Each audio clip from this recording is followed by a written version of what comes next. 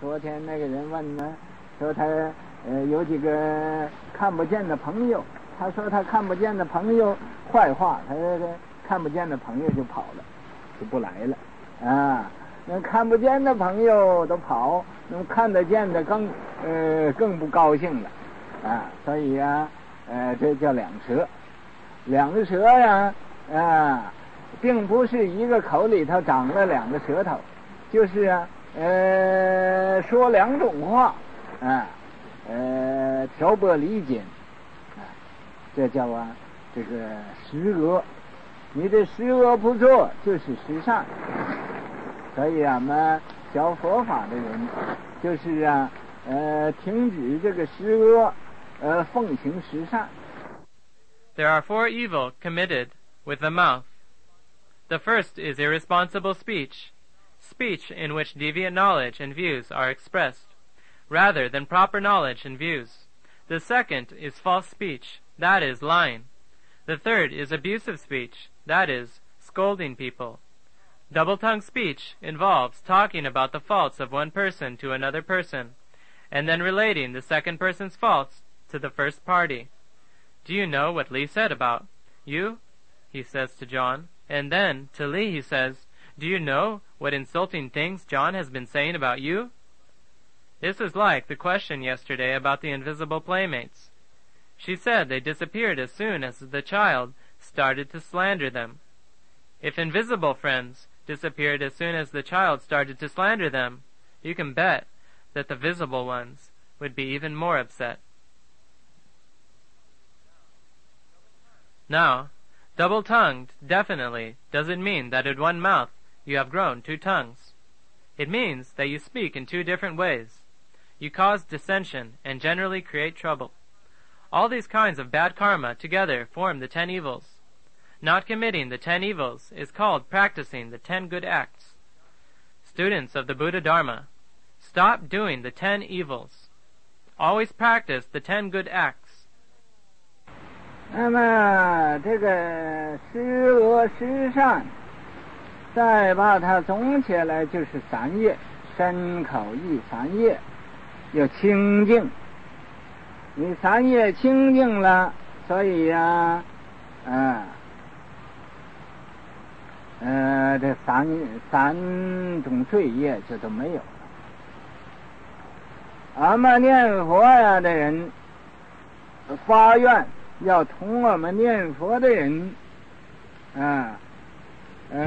大家都有一种感应现前，时时都有一种感应现前。等我们到临命终的时候，这西方极乐世界的这一切的境界很清楚的现在俺们眼前。所以见着念佛的人和听见念佛的人都要精进修行，一起都升到极乐世界去这是俺们念佛人呢应该有的这种思想。The 10 evils and the 10 good acts are created through the 3 karmas of body, mouth, and mind. When the 3 karmas are pure, you will not commit the 3 types of bad karma.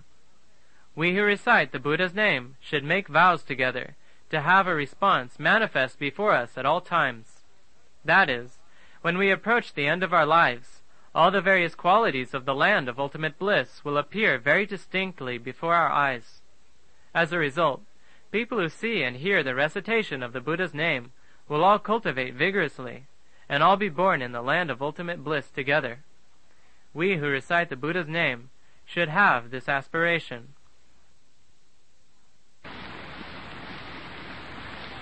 We've got a question, or doesn't? 国戒要问戒一个问题，戒律，这3个问题，还有3个问题。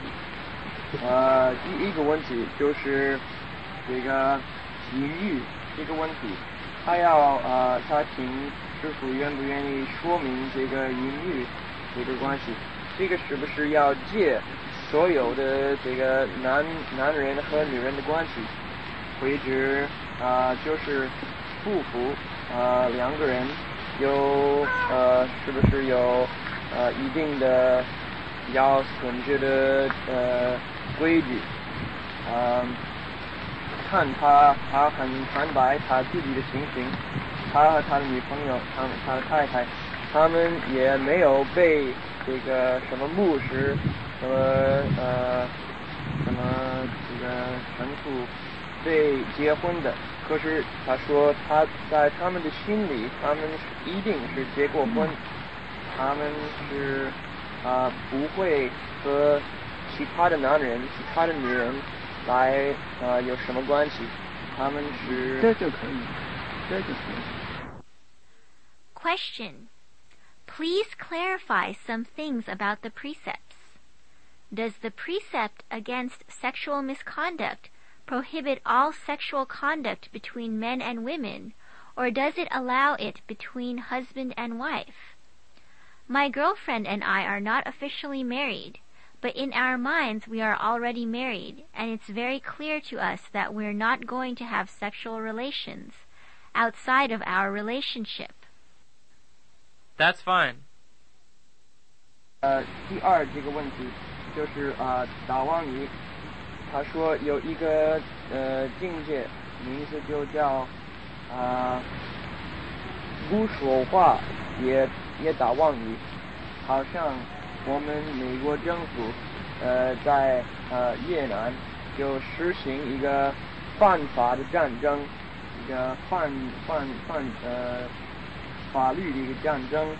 可是所有美国国民没有说不要做，没有借他们这个政府的人、打仗的人以为这个没有说话就是赞成，就是美国民国就是赞成他们。他要问，如果你不说服这个恶的行为，那就是不是好像你赞成？这个是不是不说话而打妄语？是这样，可是这样，但是比说话再打妄语还好一点。那么不说话这个打妄语，当然这是也不合法。那么你要说话打妄语，这是更不合法。那么希望是没有这个事情。要是自己力量做不到的呢，那不是我的，也不管我的事情。这关于打妄语这个事情，因为你一个人的力量没有法子把所有的人打妄语都叫不打。As to the precept of not lying, there is the so-called lie of silence. For example, the American government would allow us to make war on Vietnam because the people of this country did not stand up to say it was not all right to do that. So if those officials say, well, we're doing fine because no one says we're not doing fine. If you don't stand up and speak out against evil, then you're complying with the forces that bring it about. Is being silent in this case a form of lying? Yes, it is. But it is still a little better than actually speaking a lie. Of course, lying through silence is not allowed, but actually speaking a lie is even less correct. It is to be hoped that such things would not occur. But if you are not able to keep these precepts, that is none of my business. It is beyond the power of one individual to single-handedly stop all people from lying. 第三就是这个问题就是饮酒不是喝酒这个问题，他查字典查看这个 intoxicant 这个酒翻成英文就叫 intoxicant，这有什么根本？这个字这个字的根本就是有毒的事情。他说在美国大多数的人吃的饭有很多毒在里面，有很多毒。比方说咖啡，这个咖啡里面有这个 caffeine， 这个很厉害，一个药，还有人参，这个也算是个药，还有这是个蘑菇，他对于这个蘑菇很有兴趣，好像他说这个蘑菇名字叫 peyote 就是一种蘑菇，这个从历史以来，很多人吃这个蘑菇当做一个工具，一个令你的神随着你的修行发展一个工具。这个特别是美国印第安人，把这个当做一个法门，可以令人一心专心，也可以说有毒。你这样讲，这个蘑菇有一种蘑菇，我都吃过那种蘑菇。我守孝的时候，那时候没有东西吃，我在那个附近找了一个蘑菇，能吃了。吃了这个蘑菇，我吃了就笑，这叫笑菇，吃了很欢喜笑。我相信他们一定上也都有，而且这个国家都有这种蘑菇。and it's probably here too. 但是我也不记得是个什么样子。吃下去以后，我也没有再吃过，也没有再见过。我那天就吃那一个，就吃那一个蘑菇。Question. As for intoxicants, I looked that word up, and the root word is toxin. There are a lot of toxins in our food. Monosodium glutamate and other chemicals are sneaked into our food. The caffeine in the coffee we drink is a drug. Ginseng has drugs in it. On the other side of it, peyote, although it has toxins in it, it's a spiritual tool that's traditionally been used by the American Indians for a long, long time. And it's a dharma door, so to speak, that leads to single-mindedness. I've eaten that kind of mushroom. Back in the days when I was practicing filial piety by my mother's grave, I ate that kind of mushroom, and it made me want to laugh. That's called the laughing mushroom. After you eat it, you have a strong urge to laugh. I think this mushroom is quite commonplace. They are probably here in this country too, but I don't remember what they look like. After I ate it that time, I never ate that kind of mushroom again, nor did I see them again. I just ate that one mushroom. 翻译他所说的。最后他说这个戒酒，因为吃的饭里面很多毒，咖啡、人参也可以算是里边有毒的这个事情。那么很多人把这个蘑菇当作修行的工具，你当做一个法门，修他们所修的道。师父对这个有什么意见？应该怎么样？这个所以戒它的原因，就因为它能令人狂滥，能令人呢发狂，能令人呢做一些个颠倒的事情。如果你用少少的，不颠倒，这是可以。但是啊，就怕你啊有少耳朵，你用了少，觉得喝酒吧，拿喝酒来说，喝一杯，再喝一杯，觉得还没有醉。那喝酒的人他不承认自己醉，他就醉了，他也说他没有醉。我见到很多喝酒的人都是这样的，喝了还想要喝，喝了还想要喝，就因为这样的，所以说要戒。如果能少少的拿它当药来用，你有病，你有毛病，用它来治病，这是可以。如果你没有毛病，没有病，就不需要用这个药。这个人参，他刚才说这个人参，这人参没有毒的。人参呢，这个它那个性是甜的，人参为肝，大补元气，它补气的，止渴生津，调荣养胃。Question. There are many poisons in the food we eat, like coffee and ginseng. A lot of people use mushrooms as a means of cultivation of the way, or as a dharma door. Does the Venerable Master have any suggestion? What should we do? The reason for the precept against taking intoxicants is that intoxicating substances can make people go insane. They can make people go crazy and act in upside-down ways. If you take a small amount and it doesn't confuse you, that's okay. It's only to be feared that you start out taking a little, but you end up taking a lot. For example, people who drink alcohol may start out with 1 glass, then drink another glass, because they don't realize they are tipsy. People who drink usually won't admit that they are drunk. Even if they are drunk, they say they aren't. I've seen a lot of people who are like that. They drink a little, and then some more, and then more. That's the reason for the precept. If you use a little bit as medicine to cure an illness, it is acceptable. If you are not sick, then you don't need to use this medicine. Just now, ginseng was mentioned. Ginseng is not poisonous. It is sweet in nature. Ginseng has a sweet flavor and is very bolstering to the constitution. It quenches thirst, helps to produce saliva, regulates the complexion, and nurtures the stomach.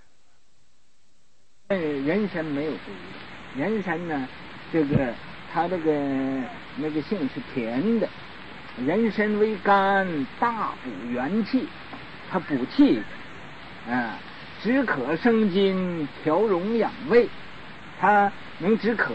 你吃了它有什么好处呢？你要很渴的吃了它不渴了，生津，能生津液。津液就是这口水就叫津液，这叫津液。它大补元气，元气就是那个最初生出来那一点气，那个气的根本，那叫元气。你这个人呢，这个丹田这个气，这叫中气，这叫中气，就是中国的中。那个元气呀，就是生中气的那个气，叫元气。那个气的气的那一个开始，那叫元气。他这个人参呢是补那个气的。你这个人气不够，气力不够，气力不足吃人参呢，你这个气够了，所以在中国很多的法师讲经的时候都要喝人参茶，喝这个人参茶。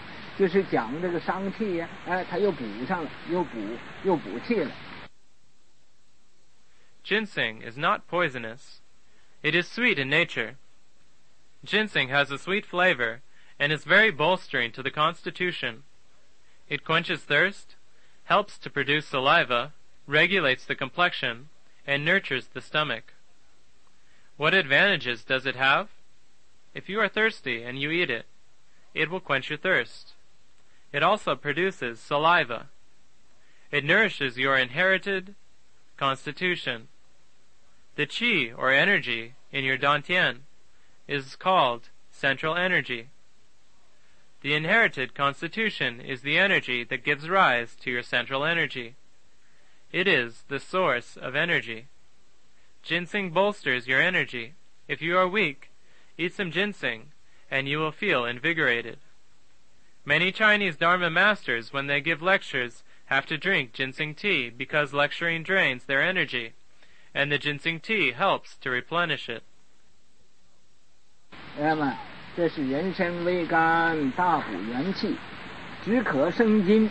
它呢，吃了它不渴了。你要是很渴的吃了它就不渴了。调荣养胃，调荣就是血，胃就是气，这个调荣啊，就是调和这个血；养胃就是养这个气，它能养气的。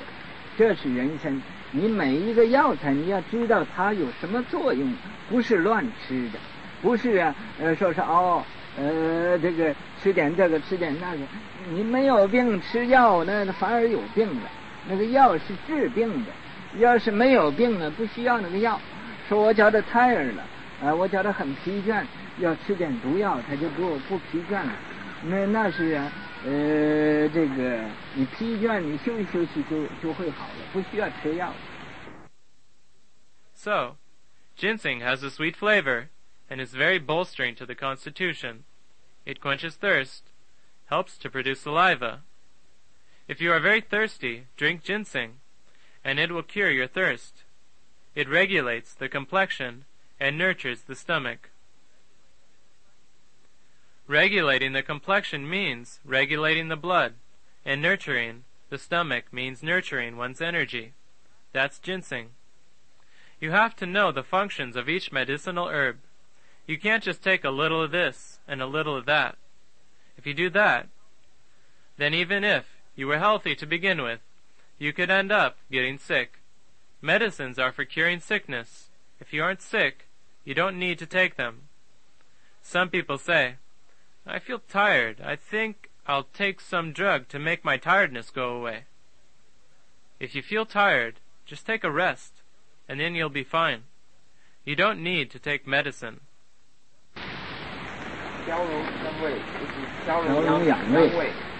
调荣是不是说是调和的血？调和荣是血。It harmonizes blood, you could say, or 令那个血流通啊，很正常的，不会好像那个沟那个泡沫有什么东西塞住了。人这个血也是，要是它流通很正常的，就不会有病。Question: Regulating the complexion refers to regulating blood? It regulates the blood so that the blood circulates well and doesn't get clogged up like a sewage pipe. If a person has good blood circulation, he will not get sick. 还有谁要问问题呢？More questions? What about The question is, what about ginseng during meditation session? 乔法师要知道，打坐的时候，好像打气，这个是不是一个合适的时候吃一点人参？会不会也不算生病治病的这个原因？这是你帮助你修行。Helps your cultivation. Is the answer to that question? 或者你这个气，这个气血不，这个腿，睡觉睡得多了，那么吃点人参呢，叫你wake up，叫你这个腿。If your legs tend to go to sleep a lot, if you eat a little renshan, then your legs wake up. Question: What about taking ginseng during Chan sessions? Is it appropriate to take ginseng at that time? Does it count as curing illness? It helps your cultivation. If your legs tend to go to sleep a lot, you can take some ginseng to help them wake up. That's okay. Question: We ate some ginseng here. It creates a very yang state that some people have a hard time handling. The tide flow will block up in the shoulders or the back for a while, and some people were uncomfortable with that yang state. I find that just by hanging on for a while, the blockage will stop. Is there some exercise you can do or some other medicine that can be taken together with it? 在这儿给很多人机会试试吃这个人参修行。那么他有很多人感觉有这个感觉，这个痒这个人参很痒的。有几个人觉得一点不舒服，因为他们的气好像师傅刚刚说塞了，或者有什么障碍，特别在这个肩膀，或者在这个地方没有习惯他要师傅来说明有没有什么应该吃的方法，或者可以同时吃2种药，吃人参又加上另外一种药品，或者应该怎么样吃？如果觉得不舒服，吃了以后就觉得不舒服，好像太阳。是啊，那太阳就不需要吃，因为它你这个人身体过犹不及，你太过了和那个你太强了和那个太软弱了是一样的，不要太过了，你就是取乎中道就可以了。你譬如你能拿动100磅的力量，你吃了人参拿150磅，这个是太过了，不需要那样。If it's too yang for someone, he doesn't need to take it. With the human body, excess is as bad as deficiency. Too strong is as bad as being too weak. Don't overdo it. Just follow the middle path. For example, if you can carry 100 pounds, and you take some ginseng, so you can carry 150 pounds, that's going overboard. 像这一杯水，你满了就可以了，不要叫它流到外边。流到外边和它不满是一样的。If you have a cup, you want to fill it up full. If you fill it up over the top and it leaks out over the edge, then it's the same as not being full. 那么觉得身体这个气不够，这个气不足了，说话这个声音也说不大了，声音很小的，不能说这个声音不能大，或者呀这个总而言之就中气不足，好像走路一样，这都是中气不足的。那么这样的时候啊，吃它会补气，不是各个人没有病就吃那个，没有病呢吃少少，1个礼拜1个月吃1次已经就不少了，不能天天吃的。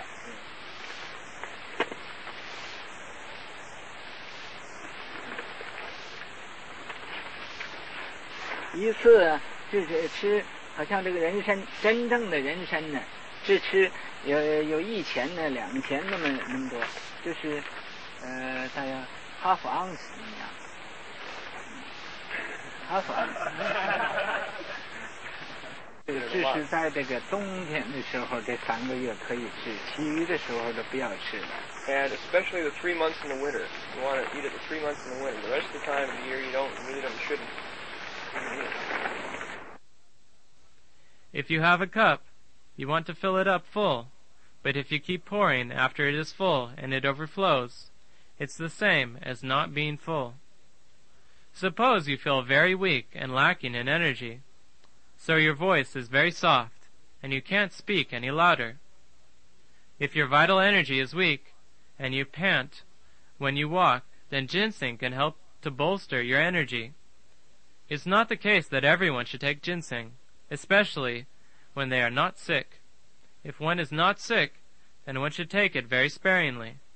Even once a month is already quite substantial. One should not take it every day.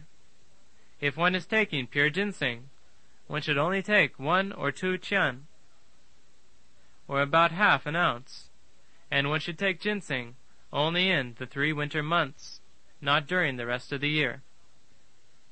好了啊，那好了，我们要送这个牌位了。Trying to send off the ghost flag. 有另外一个问题。Yeah? Go ahead. Question. As to the precept against taking life as it relates to not eating meat, I want to ask how we can live without taking life. Plants, for example, seem to have a higher consciousness than most animals. They have a consciousness that's everywhere at once. They display emotions such as fear and recognize individuals. Personally, I don't feel any more comfortable eating plants than I do eating animals. According to scientific experiments, you can pinch one plant here, and its partner will feel the pain at exactly the same time, even though it is some 1,000 miles away. Since they have emotions, how can we kill and eat them any more easily than we can kill and eat animals? How can we stay alive in this world? 师父，果为，要请师父说明这个第一戒不杀生这个问题，就是师父讲的只有众生或者动物，没有谈到植物，果为对。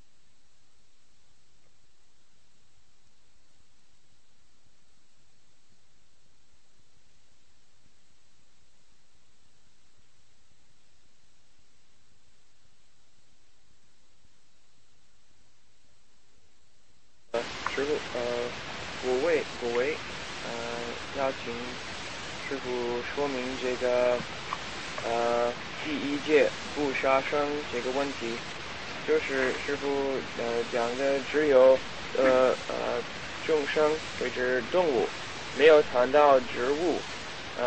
果为对于这些个植物有特别的想法，他说这个植物有他们的这个巴士的这个高度比很多众生更高的，他教的他这个植物他们能够受到这个怕这个感觉，有这些个植物也会认识人，他们好像认识的，他们也有这个fear, plants have fear and they recognize people, and what else did you say? Yeah, 就是他们的这些个好像八识或者六识都是同时都在，到处都在，同时都在这些个植物。不但是他就是果为的这个感想还有这些个科学的经验实验过，比方说有一个植物就把它割了，另外一个植物离第一个植物很远很远，也受到这个痛苦，就是这个同时同受，他说他对于这个植物有好像情感，会发这个情感的感觉，所以他要问他说他对于杀动物和这个杀植物的感觉是差不多一样的。人在世间应该怎么样住，应该怎么样生活，不要杀生，这样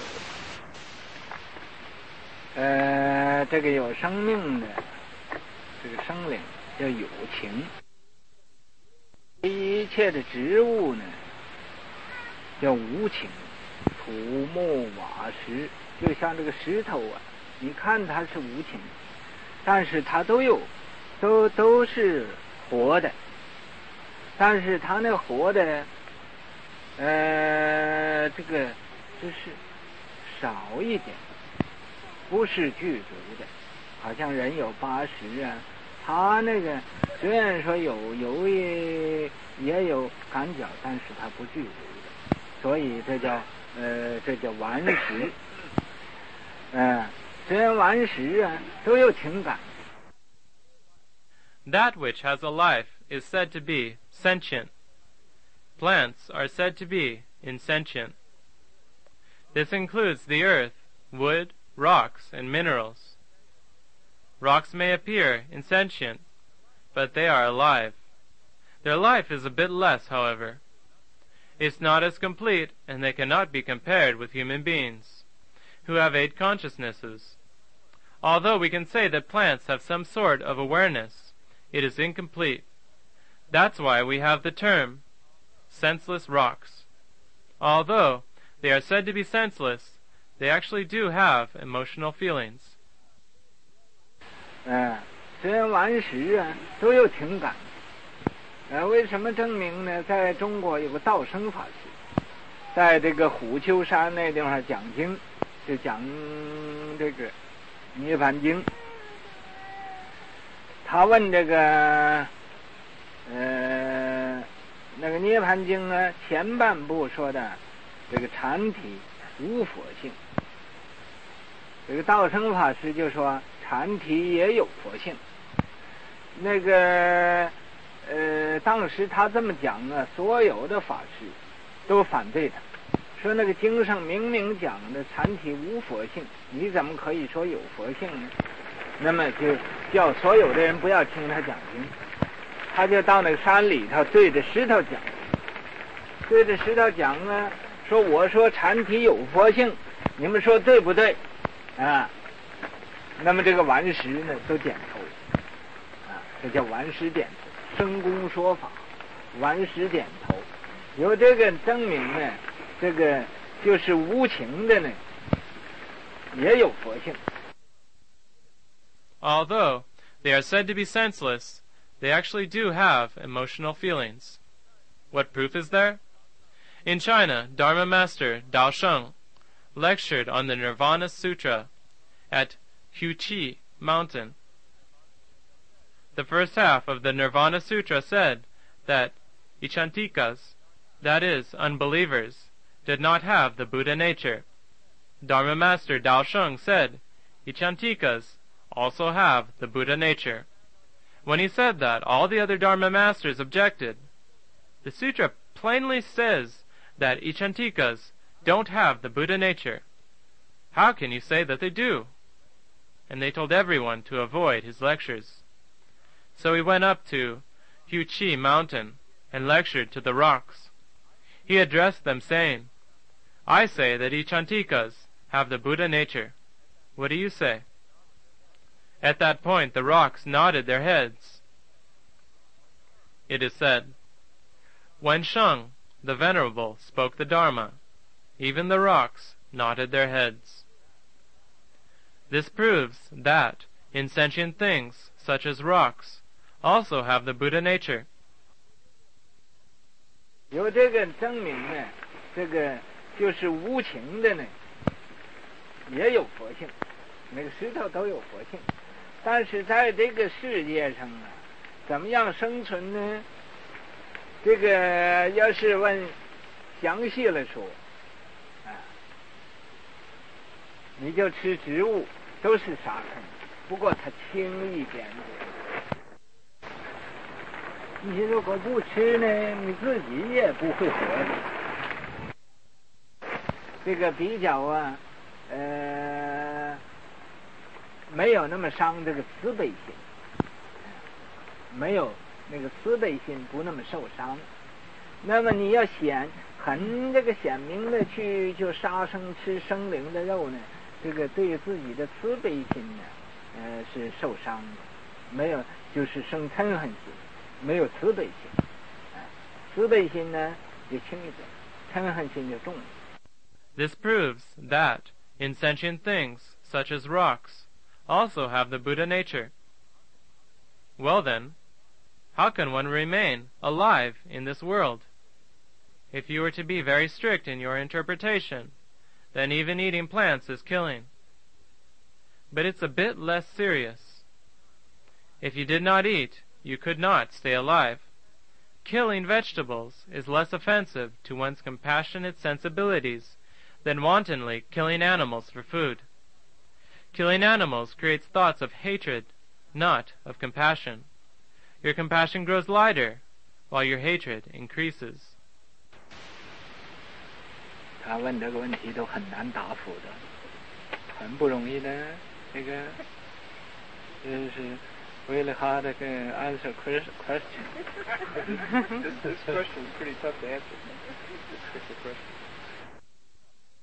His question is pretty tough to answer. 有什么证明这个植物也有它有生命呢？但是它没有血没有气。就这个人参呢，要是和人参过了1500年，它会变成人形，会变成一个小孩子个头跑的。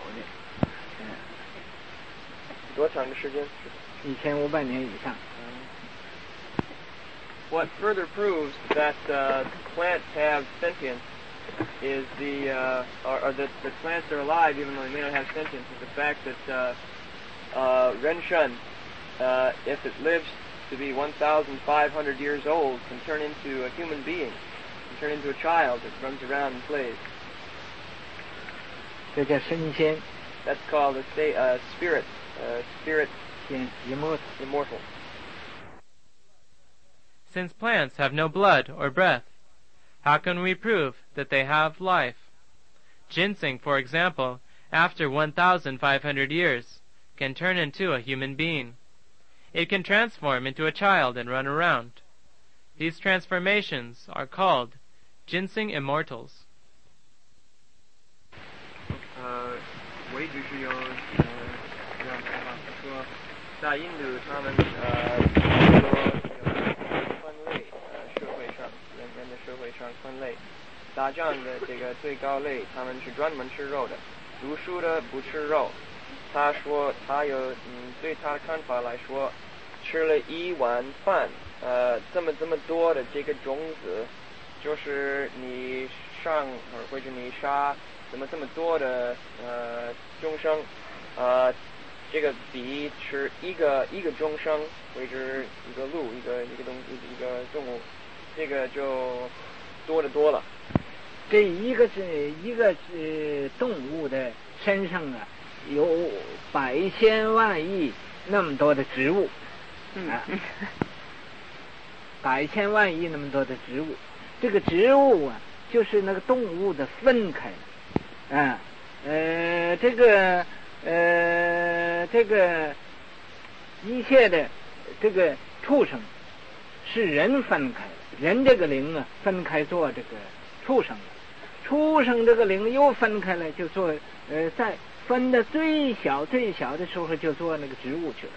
它那个植物所有那这种感脚，就是原来那个畜生是分去的。那个虽然那么多，但是啊，集中起来也没有那一个畜生那么多。Question: In some people's view, when you eat one bowl of rice, you take the life of all the grains of rice, whereas eating the meat of, say, one deer, you take only one animal's life. On the body of one single animal are 100,000, in fact several million little organisms. These organisms are fragments of what was once an animal. All animals are fragments of the consciousnesses of people. The spirit of a human being at death may split up to become many animals. One person can become about 10 animals. That's why animals are so stupid. The spirit of an animal can split up and become, in its smallest division, an organism or plant. The feelings which plants have then are what separated from the animal spirit when it split up at death. Although the life force of a large number of plants may appear sizable, it is not as great as that of a single animal or a single mouthful of meat. 为什么他去做植物了呢？就因为他不信佛教。Why did they go and become plants? It's because they didn't believe in Buddhism. 一个人要是变畜生的时候，就可以变10几个畜生。When a person becomes an animal, they can become 10. A person can divide up, split up into 10 animals. 分开做的，所以他就愚痴了吗？ That's why they're stupid. That's why animals are stupid or ignorant. 那个植物所有那这种感脚，就是原来那个畜生分去的。那个虽然那么多，但是啊，集中起来也没有那一个畜生那么多。还有你吃那一口肉那么多。although there are so many of them, in a bowl of rice, for instance, I added that. Although there are so many plants, when you add them all up and put them all together, they don't even make the sentience of one animal or one bite of meat, one mouthful of meat. The sentience involved there in all of the plants put together don't equal the sentience involved in one mouthful of meat. 你不知你这个为什么这样说？你要开这个无眼的人呢，你一看就知道了。没有开无眼睛、没有眼睛的人呢，怎么说你也不懂的。How can you say this? Well, if you can open your 5 eyes, anybody who opens his 5 eyes can see this very clearly. But if you don't have your 5 eyes open, then you won't have any way of knowing this for sure. 怎么样说你也不相信，因为你没有做那个植物呢。No matter how we explain it, there's no way you can believe it. Why is this? Well, because you've never been a plant.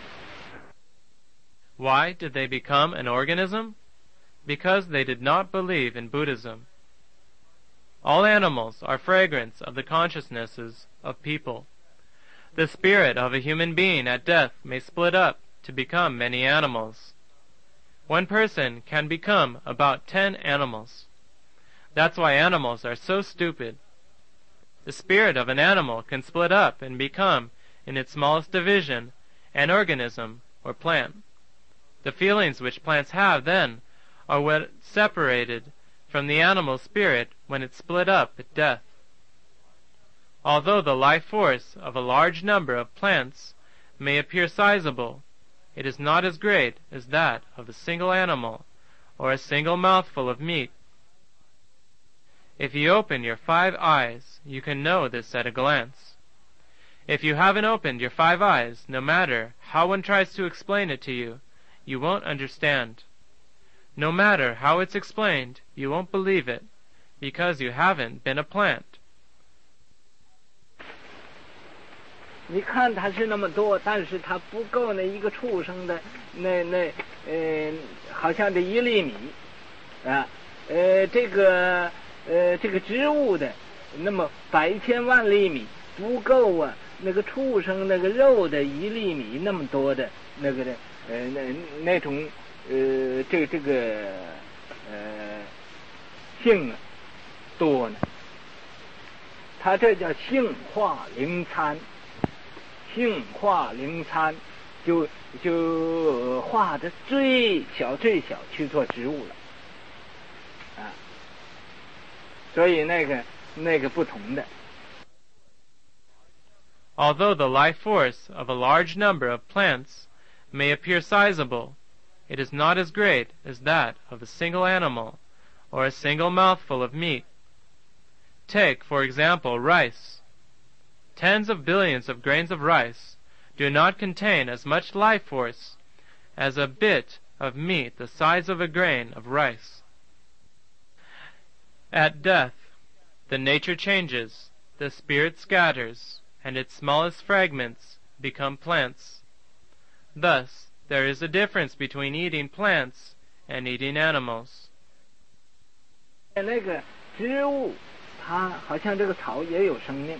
从春天生出，到时候它就死了，它那个寿命呢短，这个畜生这个寿命长，你如果不杀它，它可以活很久很久。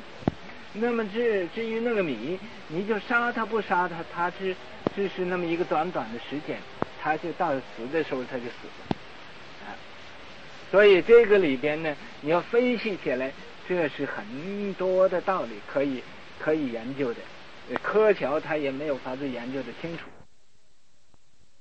What is more, plants have very short lifespans.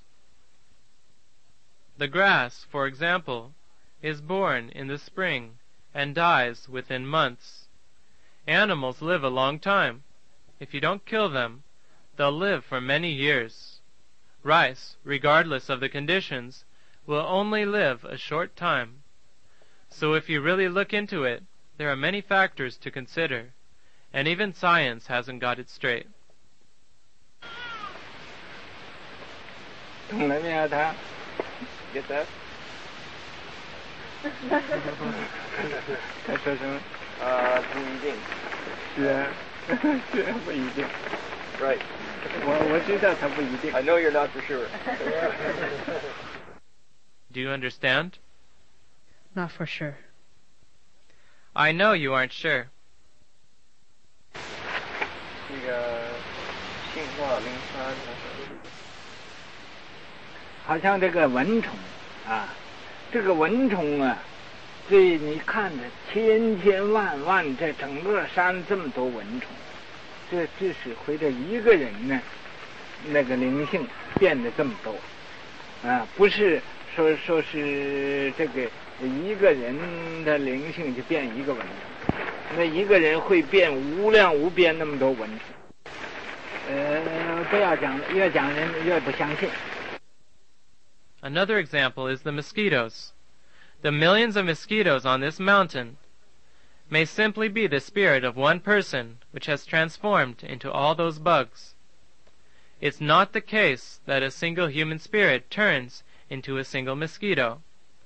One person can turn into limitless, boundless number of mosquitoes. Okay, that's all I'm going to say. The more I say, the more you will disbelieve. 这个最高的喇嘛，这个达赖喇嘛，西藏那个喇嘛，他是吃肉的，因为他们那个住的环境是需要的，这么冷的一个地方，他们怎么样好像对峙这个吃肉的这个关系，他们有怎么办法？他问这么多的问题，是不是他不能停止吃肉？ Are all the questions you're asking because you can't stop eating meat?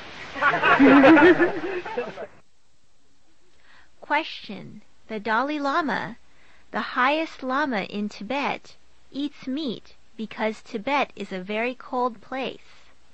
What is his view on eating meat?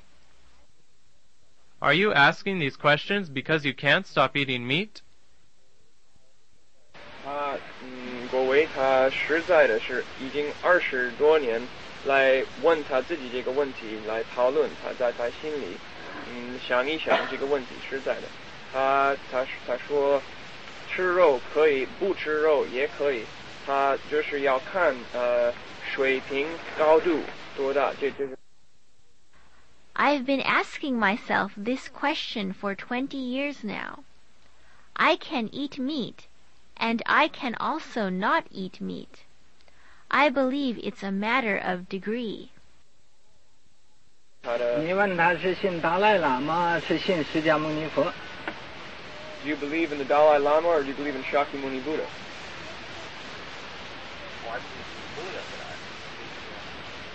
I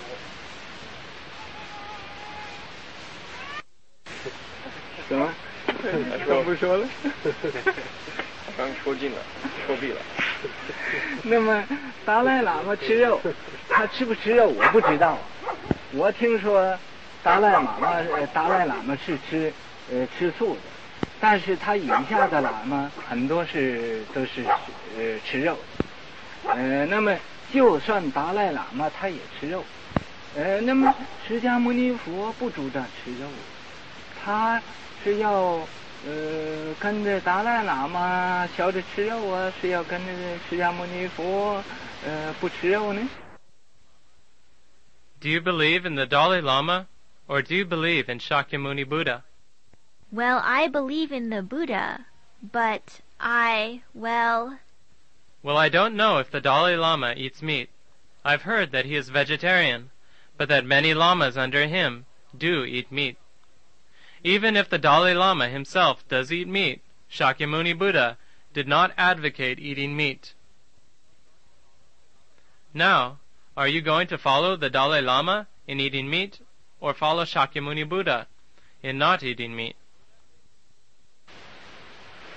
他的问题就是就是弟子的翻译不对的。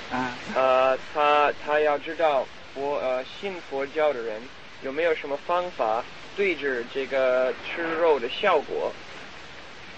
这个你吃肉这个效果 ，you mean on a karmic level or physically？ 就是对治这个犯这个身业，这个身的恶业，会不会对治这个犯生的恶业的这个效果，有没有什么方法的？他说你怎么样翻译错了？我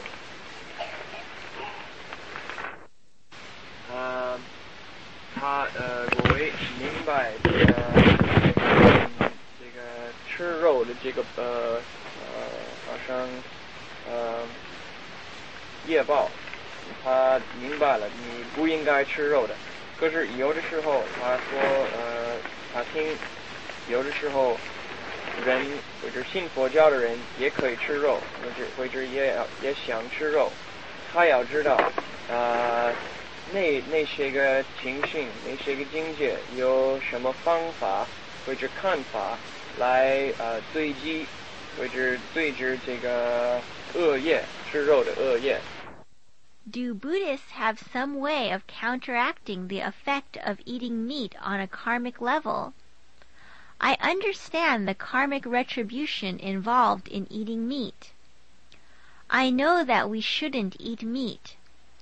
But I've heard that there are certain circumstances in which Buddhists can eat meat. I was wondering what your views on this were, and whether there was a way of counteracting the bad karma of eating meat.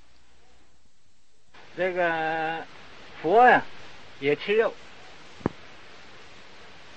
佛吃肉啊，不是自己杀的生，这叫三净肉。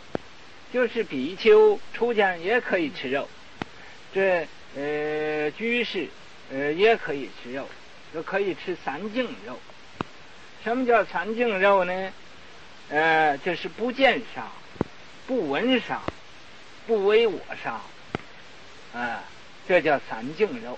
我没有看见人杀这个生，我也没有听见这个畜生啊。他要死那时候那种哭的声音，那种哭叫的声音，这叫不闻杀，不为我杀。这个畜生不是为我自己杀的，这个肉，为的身体软弱可以吃的。那么，并且佛是托钵到外边去化缘去。这化缘呢，托钵化缘，有的托钵其实有的人给他什么他就吃什么，他不是他自己想要吃的，是旁人呢供养他的，他可以吃的，他不主张人吃，他吃肉不是他自己要吃的，是旁人供养他的，他自己不主张吃肉。The Buddha ate meat, but he did not advocate eating meat. He himself did not want to eat it, but it was offered to him. Also, he did not kill the animals he ate. He condoned the 3 kinds of pure meat which could be eaten by bhikshus and lay people. What are the 3 kinds of pure meat? If you did not see the animal killed, it is pure. If you did not hear its cries as it was being killed, it is pure. If it was not killed expressly for you, it is pure. If you didn't see the animal killed, or hear its screams as it died, and if the animal wasn't killed just for you to eat, in that case, if your body is weak, you can eat it. In the Buddha's day, the monks went out begging for food, and they ate whatever they were given. It wasn't that they could cook whatever they wanted to eat. They just ate whatever was offered to them. 他方才说要找一个方法，这个吃肉，为什么修道的人不吃肉呢？就因为吃这个肉类增加人的隐欲心。修道的人不应该有隐欲心呢，所以就不吃这个帮助隐欲这种的饮食。这是最重要的一个道理，就是愿意清净，愿意没有染污。You want to be pure and undefiled. Cultivate the way. 这是不吃肉的最要紧的一个原因。That's the number one reason for not eating meat. OK， 没有时间了吗？可以到那边去大回向，把这儿把牌位烧了，到那地方去。做大回向。好。咱们这儿就现在就分这个排位好了。然后到那地方去显尘土。Let's 你会不会要翻译这个 Your great transference is out into the field. We'll do it out there. But why is it that cultivators of the way should not eat meat? It's because eating meat increases people's sexual desire. Cultivators should have no sexual desire, and so they should consume food and drink which do not stimulate desire. That's the most important reason, really, for practicing vegetarianism. Cultivators must be pure and undefiled. That is the most important reason for not eating meat. Okay, we can do the great transference now and recite the Buddha's name. Burn the plaques when we recite the mantra for rebirth in the Pure Land.